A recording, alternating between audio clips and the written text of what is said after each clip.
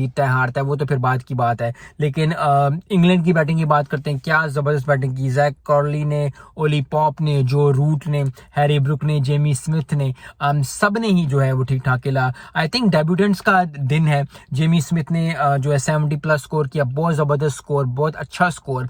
और डेब्यूट पे ये स्कोर करना, it is a very good thing कि एक कीपर हो और वो कीपर भी अच्छा हो। बहुत कम देखा जाता है कि कीपर, यस गिलक्रिस्ट बहुत अच्छे थे, एलेक्स स्टुअर्ट जो जेमी स्मिथ के आई थिंक खेले हुए अंडर, एलेक्स स्मिथ के अंदर खेला हुआ है। एलेक्स स्टुअर्ट अगर किसी को याद है बहुत ज़बरदस्त इंग्लैंड के कीपर था। मोइन खान हो गए, राशिद लतीफ़ हो गए, धोनी हो गया। जब वो बैटिंग परफॉर्मेंस आती है ना विकेट कीपर से तो दिल बड़ा खुश होता है। सो आई होप कि जेमी स्मिथ ने जो अच्छी परफॉर्मेंस दी है डेब्यूट पे, क्योंकि डेब्यूट पे डेब्यूट लगा है।